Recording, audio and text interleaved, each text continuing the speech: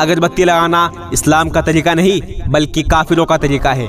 अब बात करते हैं दुकान में अगरबत्ती लगाना कैसा है।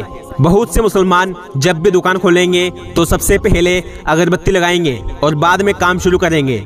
यहाँ पर भी वही बात आती है कि अगर आप दुकान में अगरबत्ती खुशबू के लिए लगा रहे हैं तो बिल्कुल जायज़ है, लेकिन अगर आप इस नियत से अगरबत्ती लगा रहे हैं कि इसकी वजह से आपकी दुकान में ज़्यादा कमाई होगी तो ये बिल्कुल नाजायज़ और काफिराना तरीका है।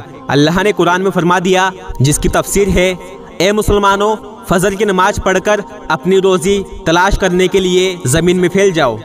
लेकिन आज मुसलमान फजर की नमाज छोड़कर सोता रहता है और 11 बजे उठकर दुकान जाता है और फिर 2 अगरबत्ती लगाकर ये सोचता है कि अब दुकान में बरकत होगी। सबसे ज़्यादा बरकत करने वाले काम नमाज को तो छोड़ दिया और अगरबत्ती की 2 डंडियाँ लगाकर बरकत की उम्मीद करता है।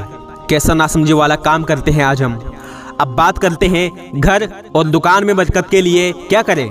तो जब भी आप अपनी दुकान खोलें तो पहले बिस्मिल्लाह पढ़कर सीधा पैर अंदर दाखिल करें और मस्जिद से बाहर निकलने की दुआ पढ़ें। वो दुआ है, अल्लाहुम्मा इन्नी अस्अलुका मिन फजलिक।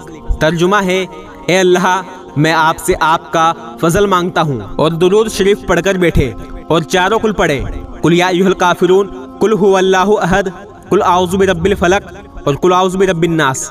अगर आप ये सारी सूरह पढ़ते हैं तो इंशाअल्लाह किसी भी शख्स की बुरी नज़र का असर आपकी दुकान पर या आप पर नहीं पड़ेगा। और सबसे ज़्यादा ज़रूरी काम जो आपको करना है वो बहुत आसान है और बहुत ज़्यादा बरकत वाला काम है, और ये काम हर मुसलमान पर फ़र्ज है। वो काम है 5 वक्त की नमाज पढ़ना। जो मुसलमान 5 वक्त की नमाज की पाबंदी करता है तो अल्लाह रब्बुल इज़्ज़त उसको ऐसी जगह से रोज़ी देते हैं जहाँ से उसको उम्मीद भी नहीं होती। देखिए, अल्लाह ने हमारी किस्मत में जो लिखा है हमें वही मिलेगा, लेकिन पहले मेहनत है। मेहनत करने के बाद जो किस्मत में होता है वो मिल जाता है, और जो नहीं मिलता वो किस्मत में नहीं होता। अब जब कोई मुसलमान नमाज पढ़ता है तो उसकी रोज़ी में किस तरह बरकत होती है, ये समझाने के लिए मैं आपको एक मिसाल के ज़रिए समझाता हूँ। एक आदमी ने अपनी मुर्गी का दाना पूरे आंगन में फैला दिया। अब वो मुर्गी कभी यहाँ दाना खाती है तो कभी वहाँ दाना खाती है। इस तरीके से मुर्गी को उतना ही दाना मिलता है जितना उसके मालिक ने डाला है, लेकिन उस मुर्गी को जगह जगह जाकर दाना चुगना पड़ता है और ऐसा करने में उसको ज्यादा मेहनत लगती है और वो परेशान होती है। अब उसी आदमी ने अगले दिन उस मुर्गी का दाना एक कटोरी में रखकर उस मुर्गी के सामने रख दिया। इस तरीके से उस मुर्गी को उतना ही दाना मिला जितना उसके मालिक ने डाला था, लेकिन उस मुर्गी को अब इतनी परेशानी का सामना नहीं करना पड़ता, जगह जगह नहीं जाना पड़ता। अब वो एक जगह बैठी बैठी अपना दाना चुग लेती है।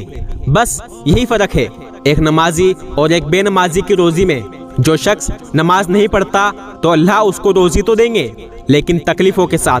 कभी यह काम करेगा तो कभी वो काम करेगा, कभी यहाँ जाएगा तो कभी वहाँ जाएगा। लेकिन जो शख्स नमाज की पाबंदी करता है तो अल्लाह रब्बुल इज़्ज़त उसको घर बैठे ही ऐसी जगह से रोज़ी पहुंचाता है जहां से उसको उम्मीद भी नहीं होती। इंशाअल्लाह उम्मीद करता हूं आपको ये सारा मसला समझ आ गया होगा और अब आप इसी के मुताबिक अपनी नियत रखेंगे। याद रखिए, हदीस पाक का मफहूम है, आमाल का दारोमदार नियत पर है। जैसी नियत होगी वैसा फैसला होगा। इसलिए अपनी नियत में सिर्फ अल्लाह से उम्मीद रखें और दुनिया से उम्मीद छोड़ दें। ये दुनिया किसी को कुछ नहीं दे सकती। अब मैं आपको एक नया सवाल देता हूँ जिसका जवाब आपको देना है कमेंट बॉक्स में। सवाल है, खाली कैंची चलाने से क्या होता है? आपके ऑप्शन है, पहला घर में लड़ाई होती है, दूसरा बरकतें खत्म होती है, तीसरा बीमारी आती है, चौथा कुछ भी नहीं होता। तो आप बताइए इसका जवाब क्या है। इंशाअल्लाह मैं उम्मीद करता हूँ आप सही जवाब देंगे। आपसे